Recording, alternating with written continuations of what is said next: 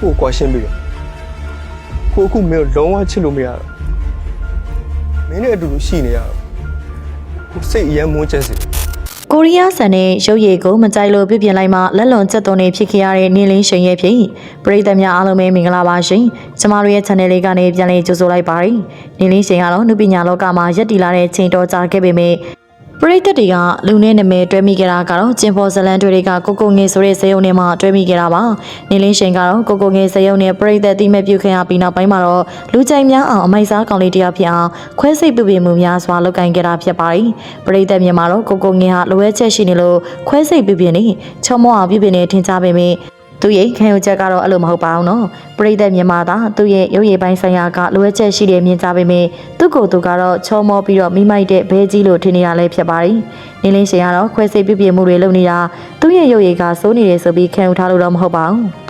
မျက်နှာရှိရှိပါပေါင်းတဲ့ပုံစံကပရိသတ်မြန်မာကြည့်မကောင်းအောင်ဖြစ်နေပေမဲ့သူ့မြန်မာတော့ကိုရီးယားဆန်နေဆိုပြီးတော့မြင်နေကြတာလည်းဖြစ်ပါတယ်။နေလင်းရှင်ကတော့သူ့ရဲ့မျက်နှာကျပုံစံကိုကိုရီးယားဆန်နေတရုတ်ပုံစံမျိုးပေါက်တယ်ဆိုပြီးတော့မြင်နေကြတာပါ။သူ့ရဲ့မြန်မာသူ့ရဲ့ပုံစံကနုဖက်နေရမလို့အမိုက်စားဖြစ်အောင်ခွဲစိတ်ပြပြင်လိုက်တာလို့ဆိုပါတယ်။နေလင်းရှင်ကတော့သူ့ရဲ့ငကိုပုံစံကိုကြိုက်ပေမဲ့ကိုရီးယားရန်ဆန်နေရမလို့ယောက်ျားပဲပြီးသားခမမိုက်ဖြစ်အောင်လို့ခွဲစိတ်ပြပြင်မှုတွေလုပ်ခဲ့တာပါ။သူကကိုငယ်စရုံနဲ့အောင်မြင်ပြီးနောက်ပိုင်းမှာမိန်းကလေးပရိသတ်တွေကိုဆွဲဆောင်နိုင်အောင်ဘောလိဝုဒ်မင်းသားပုံစံဖြစ်အောင်ခွဲစိတ်မှုတွေလုပ်ခဲ့တာလည်းဖြစ်ပါတယ်။ကိုငယ်ကတော့သူ့ရဲ့မျက်နှာကသူမကြိုက်ဆုံးကတော့ပါးနှစ်ဖက်ပါပဲ။ချစ်စရာကောင်းပြီးတော့ဖြေဖောင်းတဲ့ပါးနှစ်ဖက်ကိုမကြိုက်လို့မရိုးပုံအောင်ပါးနှစ်ဖက်ကအစီတွေကိုစတင်ထုတ်လိုက်တာလည်းဖြစ်ပါတယ်။အရှင်ကနည်းနည်းစားလိုက်တာနဲ့ဖောင်းလာတဲ့ပါးနှစ်ဖက်ကြောင့်ကြီးရဆိုရဲဆိုပြီးခန်းစားနေရတာမလို့အခုဆိုရင်တော့သူ့ရဲ့ပါးနှစ်ဖက်ကအစီတွေကိုလုံးဝဖယ်ထုတ်လိုက်တာလည်းဖြစ်ပါတယ်။ကိုငယ်ရဲ့ပြပြမှုကတော့ဒါရင်မကားသေးပါဘူး။ကိုငယ်ကတော့တဖြည်းဖြည်းနဲ့ပြောင်းလာတဲ့နဖူးကိုလည်းစပင်းနေထက်ဆိုင်ခဲ့ပါသေးတယ်။သူကမျက်နှာရှိတဲ့ထဲမှာပါတာမလို့နဖူးပြောင်းရင်ကြည့်မကောင်းတာမလို့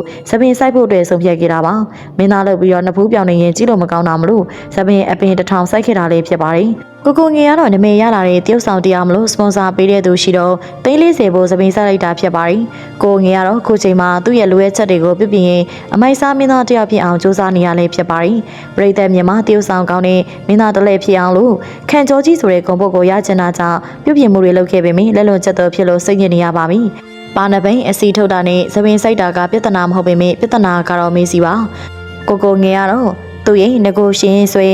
မင်းနှခွကိုပို့ထင်းပြီးတော့ဆွဲဆောင်မှုရှိအောင်ပြင်ခဲ့တာလေးဖြစ်ပါတယ်။မင်းနှခွရှင်စောကြည့်တဲ့ဆိုပြီးကြားဖို့တဲ့ကိုငယ်ကတော့မင်းနှခွဖြစ်တာကိုလူပိုသိအောင်စေးထိုးတာလေးဖြစ်ပါတယ်။သူကတော့ထင်သာမြင်သာရှိအောင်စေးထိုးလိုက်ပေမဲ့သူ့ရဲ့မေးဟာမျက်နှာနဲ့ရံဖြစ်ထားသလိုဖြစ်နေကြတာပါ။ပရိသတ်မြန်မာတော့မေးကြီးကအောက်စီးကျင်နေရလားဒါမှမဟုတ်မျက်နှာနဲ့ရံဖြစ်တာလားဆိုပြီးတော့ဝေဖန်ပြောဆိုကြတာလေးဖြစ်ပါတယ်။ကိုငယ်ကတော့မိမိုက်နေတဲ့ကောင်းလေးဖြစ်ချင်လို့ပြပြင်လိုက်ပေမဲ့လက်လွန်သွားတဲ့ပြုပြင်မှုကြောင့်စိတ်ညစ်နေရပြီလေဖြစ်ပါတယ်။ဟုတ်ကဲ့ပါခုလိုစိတ်ဝင်စားပွဲသတင်းကြောင်းရာတွေပြင်နောက်ထပ်လည်းနုပညာရှင်တွေရဲ့စိတ်ဝင်စားစရာကောင်းတဲ့သတင်းကြောင်းရာတွေကိုအချိန်နဲ့ပြင်းတင်ဆက်ပေးမှဖြစ်လို့စောင့်မျှော်ကြည့်ရှုအားပေးကြပါအောင်ရှင်။